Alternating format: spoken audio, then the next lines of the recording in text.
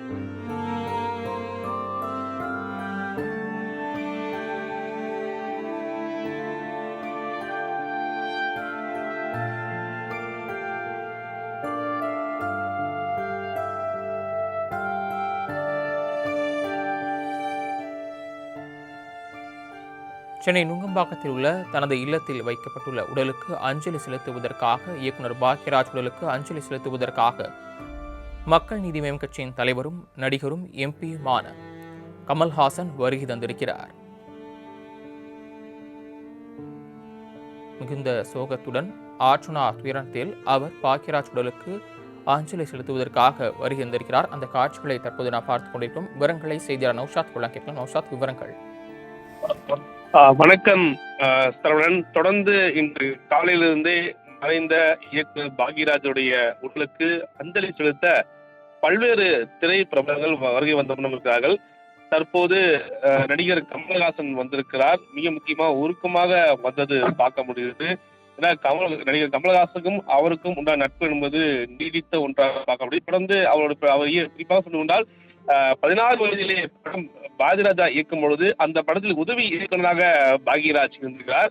அப்போது கமலுக்கு பல்வேறு விடயங்களை அந்த படத்தை சொல்லிக் கொடுத்ததாக கூட பல மேடைகளில் கமல்ஹாசன் அவர்கள் பகிர்ந்து கொண்டது பார்க்க முடிந்திருக்கிறது. அப்படிப்பட்ட நெருக்கமுடைய கமல்ஹாசன் அவர்கள் தற்போது அவருடைய உடலுக்கு அஞ்சலி செலுத்த வந்திருப்பது மிக முக்கிய ஒன்றாக பார்க்க முடியும். தொடர்ந்து பல்வேறு திரை பிரபலங்கள் மிக முக்கியமாக அவருடன் நடித்த அதுவும் இல்லாமல் அவர் இயக்கிய பல நடிகர் வந்திருக்கிறார்கள். மிக முக்கியமாக சொல்ல பெண்களை பத்திரிகையுமே சொல்லணும், நளினி, மேலும் அம்பிகா உள்ளிட்ட அப்படியே மூத்த நடிகர் இருக்கக்கூடிய KR விஜயா உள்ளிட்ட பல்வேறு நடிகைகளும் வந்த வண்ணம் இருந்தார்கள். மிக முக்கியம் மலையாளத்திலிருந்து நடிகர் திலீப் வந்தது மிக முக்கியத்துவமாக பார்க்கப்பட்டது. அந்த அடிப்படையில இந்திய சினிமாவையே உற்று நோக்க வைத்த ஒரு மாபெரும் ஒரு இயக்குனர் சொல்ல வேண்டும். ஏனென்றால் இவர் திரைக்கதை அமைப்பது இவரை போன்று யாரும் இல்லை. அந்த அடிப்படையில் மிக முக்கியமாக சொல்ல வேண்டும் என்றால் இவர்களுடைய படத்தை பொறுத்த வரைக்குமே அது நகைச்சுவை உள்ளிட்ட பல்வேறுமே ஒரு படத்தை அமையும் என்றால் அது பாக்யராஜ் அவர்கள் தான் சொல்ல வேண்டும்.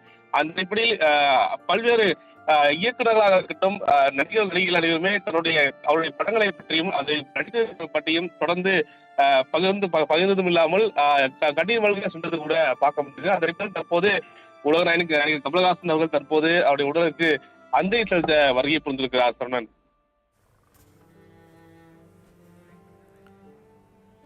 நௌஷாத், அவரது இறுதிச் சடங்கு எப்போது நடைபெறும் என்று சொல்லப்பட்டிருக்கிறது? இன்னும் பல்வேறு நபர்கள் வர இருப்பதாகவும் உறவினர்களும் வரவிருப்பதாக தெரிவிக்கப்பட்டிருக்கிறது.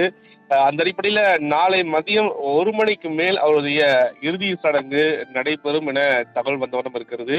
ஏற்கனவே தன்னுடைய கண் தானம் செய்திருப்பதாக அதுக்கு மருத்துவ குழு வந்திருப்பதாக கூட தெரிகிறது. அந்த அடிப்படையில் கண்களை அறுவை சிகிச்சை மூலம் எழுப்பாளா என்ற கேள்வியும் எழுந்திருக்கிறது.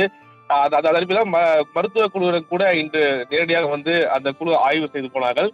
அந்த அறிவை பார்க்கும்போது நான் குறிப்பாக 1 மணிக்கு முன்பாக எடுத்து விடுவார், அதாவது உடல் நல்லடக்கம் செய்வதற்காக எடுத்து வருவாரா என்ற கேள்வி வந்திருக்கிறது. இருந்தபோதும் குடும்பத்தாரோட அதிகாரப்பூர்வ தகவல் தெரிவிக்காம இருந்தாலும் கூட திரைப்பிரபலங்கள் தெரிவிக்கும் போது நாளை மதியம் 1 மணிக்குள் அந்த குறிப்பாக பெசநகரக்கூடிய மின் மயானத்தில் தகனம் செய்யப்படும் என தகவல் தெரிவிக்கப்பட்டிருக்கிறது.